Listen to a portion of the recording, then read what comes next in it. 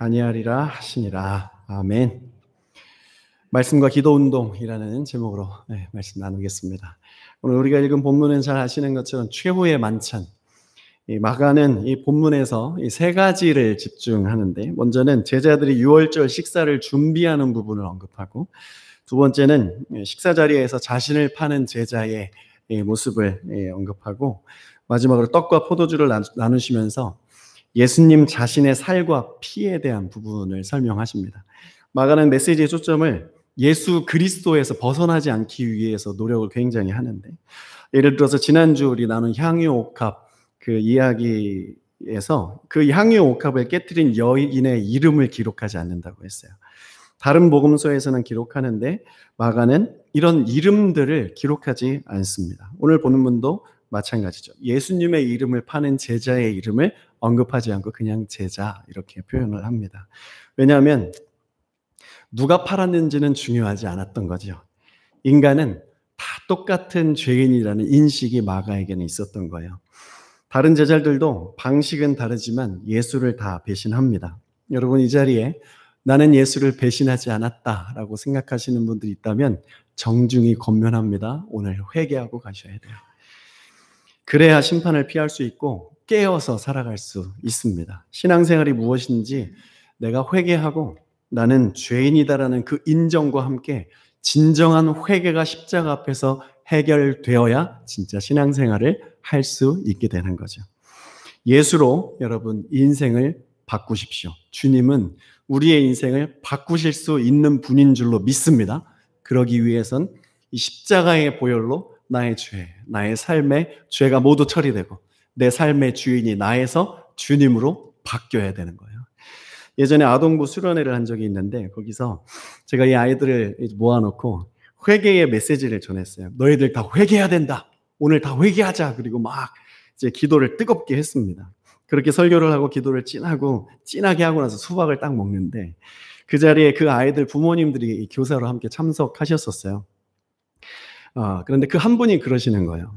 우리 애들은 회개 안 해도 된다. 왜냐하면 이 아이들이 내가 죄를 짓는 거 한 번도 보지 못했다. 너무 천사 같다. 이렇게 말씀하시는 거예요.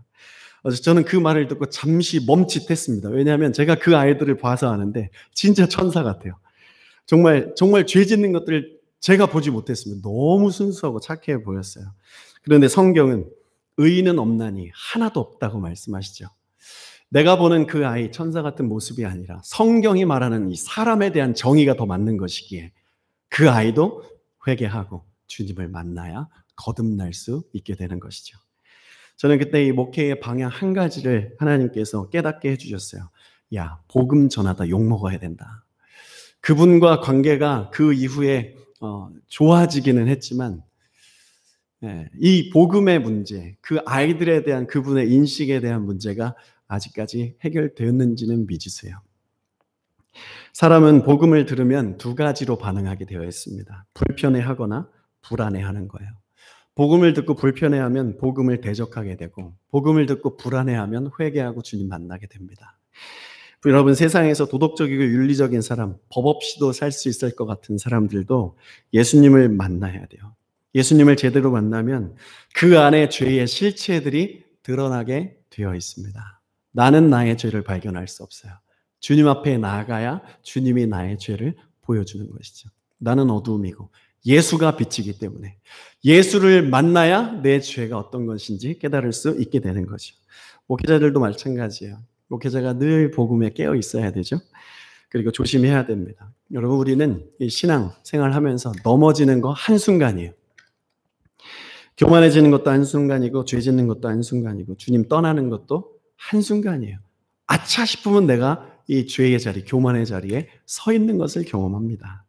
그러나 너무 막 낙심할 필요는 없죠. 하나님은 언제나 그럼에도 불구하고의 반전과 용서가 있으신 분이에요. 주님의 용서와 은혜는 우리 사람의 이해보다 훨씬 큰 것이죠. 하나님의 용서는 인간 수준의 용서가 아니에요. 주님이 용서하라고 하셨는데 용서가 안 돼요. 그건 주님의 용서와 내 용서가 다르기 때문입니다. 또 여러분, 은혜의 경험, 우리가 가진 은혜의 경험들이 있을 거예요. 하나님 만나니 간증들이 있어요. 그러나 하나님의 능력과 하나님의 일하심이라는 것은 내가 경험한 하나님의 은혜와 일하심보다 훨씬 더 크다는 것을 믿으세요. 우리는 하나님의 은혜를 부분적으로 받습니다. 완전한 하나님의 은혜를 다 경험할 수 없어요. 여기서 오류가 생기는데, 내가 받은 이 부분적인 은혜가 하나님의 은혜의 전부처럼 여겨질 수 있는 것이죠. 내 은혜는 내 은혜고 나의 삶을 열어주시는 것은 다 다른 거예요. 말씀도 그렇습니다. 내가 경험한 이 부분적인 말씀의 은혜가 하나님 말씀의 전부가 되어버리는 이 오류. 율법으로 살던 유대인들은 복음을 받아들이지 못했어요. 왜냐하면 자신들이 알고 있던 이 율법이라는 것이 완벽한 모세를 통해서 주어진 하나님의 말씀, 100% 그것 이전에도 없었고 이후에도 없었다는 그 생각 때문에 메시아를 만나고도 메시아를 죽일 수 있었던 것이, 내가 알고 있었던 이 부분적인 은혜가 이것이 완벽하다고 생각하기 때문에 내가 알지 못했고 깨닫지 못했던 이 다른 은혜들이 들어올 때 받아들이지 못하는, 그렇게 편협한 우리의 신앙이 있을 수 있다는 것이죠. 여러분, 신앙생활, 우리가 아는 것보다 모르는 것이 훨씬 더 많습니다. 그 말은 하나님의 은혜는 앞으로 여러분들이 이전에 경험하지 못했던 은혜가 훨씬 더 많다는 거예요. 더 있는 그 은혜 가운데 여러분 그 은혜를 기대하며 소망하며 사시기를 축복합니다. 이게 전부라고 생각하지 마세요. 해밀턴 한인 장로교회도 그래요. 그동안 우리를 이끌어 오셨던 이것이 전부가 아닙니다. 우리가 경험한 이 교회의 모습이 이것이 전부가 아니에요. 더 있습니다. 하나님의 계획은 더 있어요.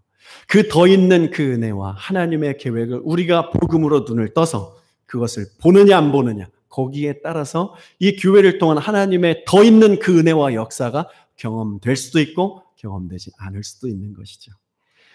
인간의 수준에 하나님의 능력과 수준을 비교하지 않기를 소원합니다. 주님은 전지전능하세요. 우리는 전지전능하다라는 말을 이해는 할 수 있지만 그것을 다 경험할 수 없어요. 하나님 전지전능하시다며 이런 말로 하나님께 원망하지 마십시오. 주님은 그 전지전능성으로 늘 우리와 함께하고 계십니다. 내 입을 크게 열라 하셨어요. 여러분, 우리의 입술을 크게 열어야 됩니다. 믿는 자가 나의 상황과 처지 때문에 입을 크게 열지 못하는 것은 손해보는 거예요. 여러분, 손해보며 살지 마십시오. 하나님께 입을 크게 여시기를 바라요. 우리는 이 초월적인 하나님의 은혜, 그 하나님의 능력을 일상에서 경험하는 입이 열린 주의 백성이에요.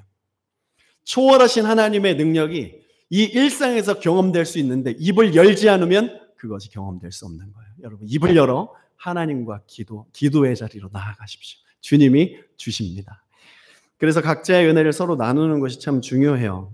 내가 가진 은혜, 내가 받은 은혜, 그런 것이 다 다르거든요. 9월달 우리 소그룹이 시작될 텐데, 먼저는 예배 후에 각자 그 예배 속에서 받은 말씀들을 그냥 나누는 그런 작업들을 먼저 해 나갈 거예요. 말씀을 나누다 보면 여러분 이미 경험해 보셨겠지만, 내가 받은 은혜와 똑같은 예배 가운데서 내가 받은 은혜와 이 사람이 받은 은혜가 포인트 지점이 완전 다른 것들을 경험한 적이 많아요. 그래서 이 모든 것들이 교회 공동체 안에서 나누어질 때 은혜가 더 풍성해지는 것입니다. 그렇게 은혜를 확장시키고 풍성하게 할 수 있어요. 여기서부터 하나님의 말씀으로부터 교회는 변화되고 부흥하는 것이죠. 그리고 더욱더 큰 기대를 가지고 살아갈 수 있게 되는 것은 말씀이 서로의 입술로 고백되고 열리는 것을 통해서 하나님의 그 놀라운 상상력이 이들의 삶 속에 임하게 되는 것입니다. 주님을 새롭게 만나야 돼요. 주님 새롭게 만나려면 먼저 비우고 버리는 훈련을 해야 됩니다. 내 신앙, 내 경험, 내 교회의 경험, 기적의 경험이라도 버리고 비워야 돼요. 그래야 새로운 것들이 채워질 수 있는 것이죠. 여러분, 예수 믿고 사는 것이 날이 갈수록 재미가 없고 기대가 없으면 나의 신앙을 돌아봐야 됩니다. 하나님의 이 존재의 유무를 보면 안 되고, 내 신앙이 재미없어지면 내 신앙을 먼저 점검해야 되는 거예요. 그리고 그 지루함이 지속되지 않게 하는 것이 너무 중요해요. 이 지루함을 지속시키면 영적인 지루함이 일어나면서 결국 복음을 떠나고 예수를 팔게 되는 거예요. 말씀 보겠습니다. 마가복음 14장 18절 다 같이. 다 앉아 먹을 때에 예수께서 이르시되 내가 진실로 너희에게 이르노니 너희 중에 한 사람 곧 나와 함께 먹는 자가 나를 팔리라 하신대. 다 앉아 먹을 때 12제자가 다 앉아 있었어요. 은혜 가운데 있었습니다. 그런데 그 안에서 이 영적인 지루함을 계속 가지고 있고 이걸 끊지 않았던 가룟 유다는 예수를 팔았습니다. 처음 예수 만나서 가룟 유다가 예수를 따를 때는 그러지 않았어요. 아마도 제일 얼굴이 밝았을 것이고 제일 기뻤을 거예요. 가룟 유다는 12 제자 중에서 가장 똑똑한 사람이었습니다. 예수님께 아주 충성된 사람이었어요. 삼국지의 유비의 이 제갈 공명이라는 똑똑한 사람이 있었던 것처럼 이 브레인의 역할을 유비가 참 잘 감당했습니다. 계산에 빠르고 이 상황이 돌아가는 것들 민첩하게 발견하는 은혜들이 있었어요. 그런데 어느 순간 이 신앙이 재미없어졌습니다. 예수님을 따르긴 하는데 주님과 함께 가는 게 기대가 점점 없어지는 거예요. 왜냐하면 예수님이 어느 순간부터 자꾸만 자기를 떠나신대요.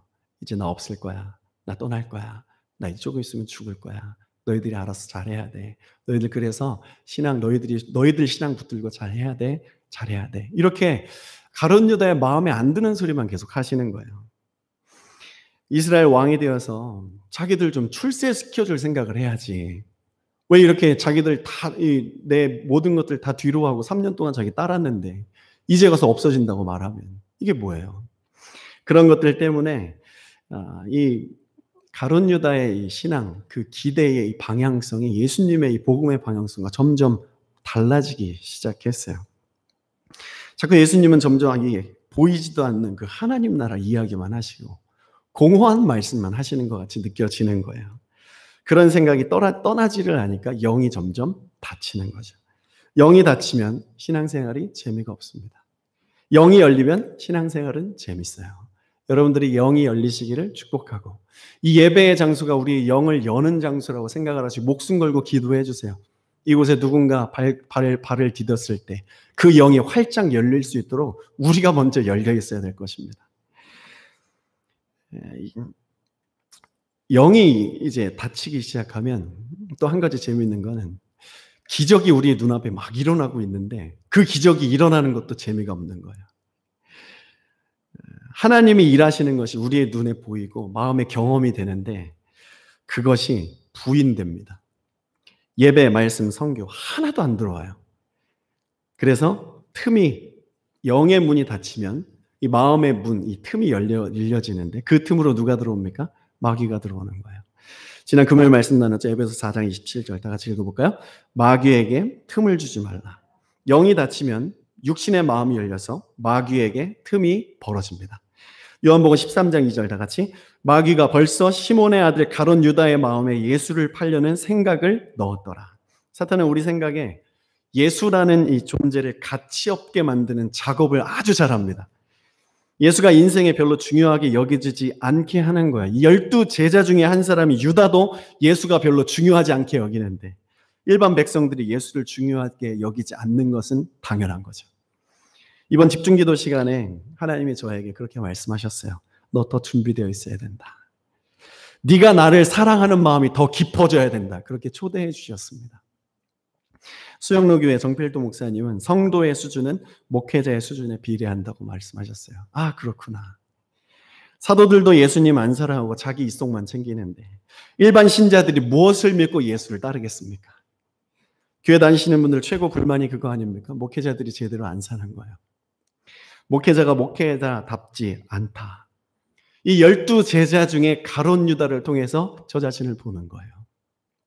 그런데 여러분, 이 화살은 목회자에게만 돌릴 것은 아니에요. 신약에 들어서 성령의 시대가 들어가면 주님께서 예수를 구주라고 시인하는 모든 자들을 너희들은 왕 같은 제사장이라고 말씀해 주셨어요. 우리가 모두 다 제사장이에요. 목회자는 말씀을 가르치는 제사장. 여러분들은 여러분 각자에게 주신 그 은사를 감당하는 제사장. 하나님 나라를 함께 세워가는 공동체. 다른 제자들도 다 똑같은 생각 속에 있었습니다. 누가복음 2장 24절에 보면 또 그들 사이에 그중 누가 크냐 하는 다툼이 일어나는지라. 가룟 유다가 예수를 팔려는 그 마음이 들고 이 만찬석에 참여하고 있는데 가룟 유다만 나쁜 마음을 먹은 게 아니에요. 그 사람들 다 누가 크냐. 예수님이 이제 왕 되면 이제 들어오셨는데 이제 누가 높은 자리에 설 거냐. 이렇게 다툼이 일어난지라 12 제자 사이에. 다른 제자들 마음에도 유다와 같은 나 중심적인 기복적인 신앙이 가득했죠. 적용해 보겠습니다. 우리의 상태를 이 말씀을 통해 한번 체크해 보는 거예요. 우리도 예수 믿지만 우리의 그 마음 깊은 곳을 들여다보면 결국 주님보다는 나에게 초점이 맞추어져서 신앙생활을 하고 있는 것이 상당하다는 것을 부인할 수 없어요. 한번 은혜를 진하게 받으면 며칠 이 주를 위해 사는 것 같아요. 그런데 시간이 지나면 이게 자동으로 이 위치가 바뀌어져 있는 것을 경험합니다. 아니, 어저께까지만 해도 예수님이 주인이었는데 오늘은 내가 주인이 되어버린 거예요. 이것은 내가 뭐 바꾸려고 한 게 아니라 눈 떠보니까 이미 내가 주인의 자리에 또 와 있는 거예요. 이런 경험 많이 해보셨을 거예요. 그래서 우리는 계속 그 자리를 바꿔내야 돼요. 나는 날마다 죽노라, 사도 바울이 말했죠. 그 날마다 죽노라는 말이 일어나면 사도 바울도 내가 주인 되어서 세상을 바라보고 선교를 바라보고 교회를 바라보는 그 마음들이 커진 거예요. 이 에베소서, 빌립보서 뭐 이런 이 사도 바울의 서신들을 보면 짧잖아요. 사도 바울이 할 말이 얼마나 많겠어요. 글을 쓰다 보니까 찬소리가 많은 거예요. 내가 주인 된 그 말들이 너무 많은 거예요. 그런 것들 다 제거하고 주님이 주인 된 메시지들만 전하게 되는 것이죠.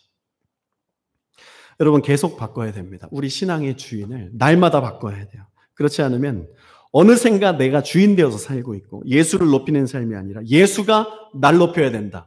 이 신앙으로 바뀌어지기 때문에 이렇게 바뀌어져 버리면 가룟 유다의 선택을 하게 되는 거죠. 목회자도 성도들도 이 부분을 예민하게 점검해야 됩니다. 가룟 유다와 같은 신앙의 모습이 하나라도 보이면 얼른 회개해야 되고 회개로는 부족합니다. 내 믿음의 동지들에게 부탁해야 돼요. 기도 부탁해야 돼요. 나 지금 이런 상태다. 나 정말 위험하다. 기도해줘. 부탁합니다. 그래서 이 교회라는 공동체가 너무 필요한 거예요. 함께 기도하지 않으면 안 됩니다. 내가 주인 되는 것은, 예수님이 내 삶의 주인 되는 것을 바꾸는 것은 나 혼자서는 안 돼요. 도움이 필요합니다. 깊은 구덩이에 빠졌어요. 나 혼자 올라올 수 없는 거예요. 누군가가 줄도 던져줘야 되고 119에 전화도 해줘야 돼. 911 전화도 해줘야 되고 이 도움을 계속 누군가가 줘야 되는 거예요. 깊은 구덩이에 빠졌을 땐. 신앙이 마찬가지입니다. 빌딩에 불이 났어요. 그 빌딩에서 혼자 빠져나올 수 있습니까? 소방차가 와서 다리 올려줘야죠. 밑에 범퍼 쳐줘야죠. 그래야 구출될 수 있는 거잖아요. 신앙이 그런 거예요. 나 혼자로는 빠져나올 수 있는 방법이 없습니다. 아프가니스탄, 엄청나게 아픈 일들이 지금 일어나고 있는데 그들 스스로 변화될 수 없죠. 미군이 있을 때는 그나마 괜찮았는데 빠지자마자 이런 일들이 바로 일어나 버렸잖아요. 이것을 통해서 우리가 보는 거예요. 아, 신앙에서 이 주인 바꾸는 것이 이렇게 한순간이구나. 신앙도 똑같아요. 여러분, 도움을 받아야 됩니다. 저도 마찬가지예요. 저도 도움을 받아야 돼요. 그래서 지난주에 이 멘토 목회자 몇 분과 깊이 줌으로 오랜 시간 대화를 하고 코치를 받고 기도도 받고 그랬어요. 기도 좀 해주세요, 목사님. 모르겠어요. 어떻게 해야 되겠습니까? 가르쳐 주십시오. 두 가지 결단했습니다. 계속 듣자, 계속 배우자, 계속 독서를 하자. 이런 결정들을 이번 시간들에 또 가지게 되었어요. 혼자서는 안 됩니다. 신앙은 혼자 하면 무서운 사람이 돼요. 여러분, 신앙생활은 혼자 하는 것이 아니라 같이 하는 것입니다. 여기 모인 우리들이 서로의 신앙을 살피고 기도하고 격려하는 일들이 일어나기를 소원합니다. 로마서 12장 14절 16절 말씀에 사도 바울은 이렇게 신앙생활하고 가르쳐줬어요. 말씀 읽어볼게요. 여러분을 박해하는 사람들을 축복하십시오. 축복하고 저주를 하지 마십시오. 다 같이 기뻐하는 사람들과 함께 기뻐하고 우는 사람들과 함께 우십시오. 서로 한 마음이 되고 교만한 마음을 품지 말고 비천한 사람들과 함께 사귀고 스스로 지혜 있는 채 하지 마십시오. 가룟 유다와 같은 신앙생활에서 안타까운 점이 있는 것은 말씀의 능력이 일어나는 것을 보지만 그것이 말씀의 능력이라 인정하지 않는 거예요. 왜 인정하지 않습니까? 말씀 위에 내가 올라가 있는 거죠. 말씀이 내 밑에 있는 거예요. 오늘 본문을 연구해 보겠습니다. 제자들이 예수님께 유월절 음식을 어떻게 준비할까요? 이렇게 질문했어요. 그 질문했더니 예수님이 이렇게 대답하셨어요. 13절부터 14절, 15절. 예수께서 제자 중에 둘을 보내시며 이르시되 성내로 들어가라. 그리하면 물 한 동이를 가지고 가는 사람들을 만나리니 그를 따라가서 어디든지 그가 들어가는 그 집 주인에게 이르되 선생님의 말씀이 내가 내 제자들과 함께 유월절 음식을 먹을 나의 객실이 어디 있느냐 하시더라 하라. 그리하면 자리를 펴고 준비한 큰 다락방을 보이리니 거기서 우리를 위하여 준비하라 하시니. 제자들은 예수님께 질문하고 예수님이 이렇게 말씀하신 대로 순종의 성례로 들어가 봤더니 이미 준비되어 있는 이 말씀대로 되는 역사를 또 거기서 경험했습니다. 16절 말씀 다 같이. 제자들이 나가 성례로 들어가서 예수께서 하시던 말씀대로 만나 유월절 음식을 준비하니라. 말씀대로 갔더니 역사가 일어난 거예요. 제자들이 말씀대로 되는 역사를 지난 3년간 얼마나 많이 봤습니다. 죽은 자가 일어나고, 이 나사로 들어가 있는데 나와라 했더니 돌문이 열려지고 막 나오고, 눈먼 자가 눈 떠지고, 문둥병자가 고쳐지고, 앉은뱅이가 일어나고, 귀 먹은 자가 귀가 열리고, 이런 일들이 얼마나 많이 일어났어요. 가룟 유다도 이것에 대해서 얼마나 신기했습니까? 예수가 정말 하나님의 아들이긴 한가 보다, 이런 생각을 얼마나 많이 갖고 있었겠어요. 야, 말씀의 역사가 지금 내 삶에 눈앞에 일어나고 있구나. 그런데 이상하게 점점 더 마음에 안 드는 거예요. 기적이 좀 안 일어났으면 좋겠는 그런 마음들. 여러분 아십니까? 왜냐하면 예수가 저렇게 하는 게 나랑 관련이 없어 보이는 거예요. 나한테 이익이 없는 거예요. 충족이 안 돼요. 이게 나랑 무슨 상관이냐는 거예요. 저 사람 눈 뜨는 게 나랑 무슨 상관이라는 거예요. 그래, 주님의 능력 맞아. 맞겠는데 근데 내 마음에 안 들어. 그럼 끝나는 거잖아요. 이 사람의 마음을 누가 돌이켜요? 말씀의 능력이 보여지지만 인정되지 않는 비극이 오늘날 신앙생활하는 자들의 차고 넘치다는 사실. 왜곡된 시선들을 우리는 그래서 멈춰야 됩니다. 그래서 신앙의 회복은 회개로부터 늘 출발하는 거예요. 우리가 회개하고 말씀의 기준으로 들어와야 돼요. 내 발밑에 있던 그 말씀을 내 위로 올려야 됩니다. 왜냐하면 말씀은 예수님이고 말씀이 하나님이시기 때문에. 목회자들은 돈이 없으면 개척 못한다고 생각하는 일들이 많아요. 제가 캐나다로 2년 전에 넘어왔는데 캐나다로 가야겠다라는 그 마음을 먹은 것 중에 아주 중요한 이유 중에 하나가 이거였어요. 저 동기 목회자가, 형 이제 개척 갈 때 됐잖아요. 개척하세요. 조용아, 개척은 돈으로 하는 거야. 대형교회 목회자 자녀들만 하는 거야. 돈 없으면 개척도 못해. 이렇게 말씀하셔서, 아 그렇습니까? 오케이. 그러고 캐나다로 넘어왔어요. 저는 예수를 믿는 그 믿음으로 목회자가 보호받고 교회가 회복하는 것을 실험하고 싶었어요.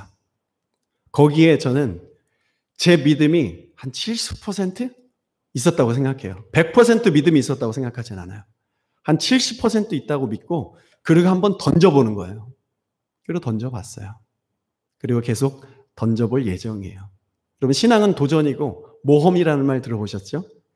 여러분, 믿음으로 도전해 보셔야 돼요. 이 세상 말로 배팅해 본다 그러잖아요. 신앙의 여러분들의 인생을 배팅을 해보는 거예요. 하나님 말씀에 인생을 배팅해 보는 거예요. 우리 다음 세대, 우리 중고등부 어린 친구들, 하나님의 말씀에 여러분의 인생을 한번 올려놔 보세요. 미친 척하고 1년만 말씀 붙들며 살아보겠다. 이렇게 한번 배팅해 보시는 그런 믿음의 도전이 있기를 축복합니다. 우리가 회복해야 될 것은 말씀의 능력이 내 삶에 나타나고 있고 주님이 나와 항상 함께 하신다는 믿음의 감각이 일어나는 거예요. 말씀의 능력은 여러분 계속 일어나고 있습니다. 아멘. 하나님 나라는 전진하고 있어요. 지금도. 교회도 계속 승리하고 있습니다. 그런데 왜 교회가 없어지느냐 이렇게 질문할 수 있죠. 가룟 유다와 같은 신앙을 가진 신자와 교회가 없어지는 거예요. 말씀 한 절만 더 연구해 볼게요. 마가복음 14장 21절 다 같이 읽습니다. 인자는 자기에 대하여 기록된 대로 가거니와 인자를 파는 그 사람에게는 화가 있으리로다. 그 사람은 차라리 나지 아니하였더라면 자기에게 좋을 뻔하였느니라 하시니라. 이 말씀 보면 인자는 자기에 대하여 기록된 대로 간다잖아요. 주님은 말씀대로 계속 가고 있는 거예요. 하나님은 말씀의 구약에서 예언된 대로 그대로 순종하고 있는 것뿐이에요. 예수님은. 그래서 우리가 말씀대로 교회가 가면 그 교회는 승리를 합니다. 그 교회를 통해 생명은 일어나게 되어 있는 거예요. 가룟 유다와 같이 그런 교회가 그런 신앙으로 가면 교회는 없어지는 거예요. 여러분, 교회가 없어지는 거 유럽에 있는 교회들이 없어지는 것을 보면서 하나님이 계시냐 안 계시냐 이런 질문할 게 아니라 저 신앙은 저 유럽 가운데 가룟 유다와 같은 그 신앙, 말씀의 역사가 있고 믿고 경험했는데도 불구하고 그것이 본인들의 삶과 이 땅의 것들과 상관이 없기에, 나의 이성이 하나님의 말씀보다 더 높다고 생각하기에, 그래서 가룟 유다와 같은 그런 신앙, 그런 교회가 없어지는 거 하고 우리가 슬피 울면서 기도해야 되는 거예요. 예수님이 이 땅에 오신 목적대로 누가 뭐라 하든 그냥 그 길 가셨어요. 말씀대로 가셨습니다. 여러분 말씀대로 잘 가고 계십니까? 우리는 주님께 부름받은 자들로서 말씀대로 길을 가야 하는 사명이 있어요. 내 느낌, 내 감정이 아니에요. 교회는 무엇을 위해 존재합니까? 말씀 읽습니다. 마태복음 28장 19절 20절 다 같이. 그러므로 너희는 가서 모든 민족을 제자로 삼아 아버지와 아들과 성령의 이름으로 세례를 베풀고 내가 너희에게 분부한 모든 것을 가르쳐 지키게 하라. 볼지어다 내가 세상 끝날까지 너희와 항상 함께 있으리라 하시니라. 아멘. 이것이 교회의 존재의 목적이고 비전이라고 할 수 있어요. 이 비전에서 시선이 멀어지면 가룟 유다처럼 예수님 떠나는 거예요. 그럼 망하게 되어 있습니다. 믿음 망하면 인생 다 망하는 거예요. 여러분 기억하세요. 믿음이 망하면 교회는 없어질 수 있습니다. 가룟 유다처럼 믿으면 없어지는 거예요. 날 위해 교회가 존재한다는 생각이 내가 교회를 위해 존재한다는 생각으로 바뀌지 않으면 곧 슬피 울며 이를 갈미 있을 것입니다. 예수님은 이런 제자들의 영적인 상태를 아셨어요. 그래서 그 제자들 다시 기회를 주시죠. 회개의 기회를 12 제자에게 골고루 주시는 거예요. 영적으로 곤고한 상태에 있는 제자들을 깨우기 위해서 주님께서 이 만찬의 자리에서 작업을 하시는데 그 작업이 바로 말씀의 성육신 작업. 22, 23, 24절 다 같이 읽습니다. 그들이 먹을 때에 예수께서 떡을 가지사 축복하시고 떼어 제자들에게 주시며 이르시되 받으라 이것은 내 몸이니라 하시고 또 잔을 가지사 감사기도 하시고 그들에게 주시니 다 이를 마시매 이르시되 이것은 많은 사람을 위하여 흘리는 나의 피 곧 언약의 피니라. 아멘. 예수를 믿는다는 건 하나님의 말씀이 내 살이 된다는 뜻이에요. 내 피가 된다는 뜻이에요.